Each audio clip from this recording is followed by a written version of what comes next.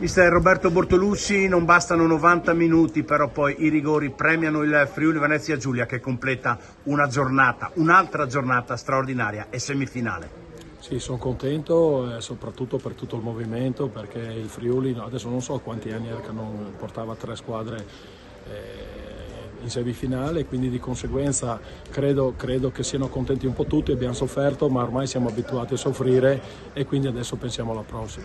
È stata davvero una battaglia a 2 cambi già nel primo tempo per infortuni, stanchezza da una parte e dall'altra, insomma questo è il torneo delle regioni. Questo è il torneo, ma si sapeva che loro la buttavano sull'agonismo e, passami il termine, anche un po' sulla rissa, perché avevamo visto le altre partite precedenti dove hanno giocato con le altre per passare il turno e sinceramente si capiva già che loro la buttavano un attimino su questo agonismo poco corretto.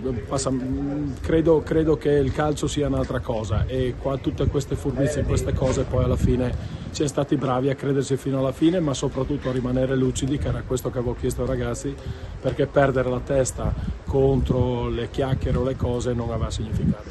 2 brutti rigori calciati, forse alti tutti e 2, però dalla parte Friuli Venezia Giulia un Iagust che insomma è stato superlativo.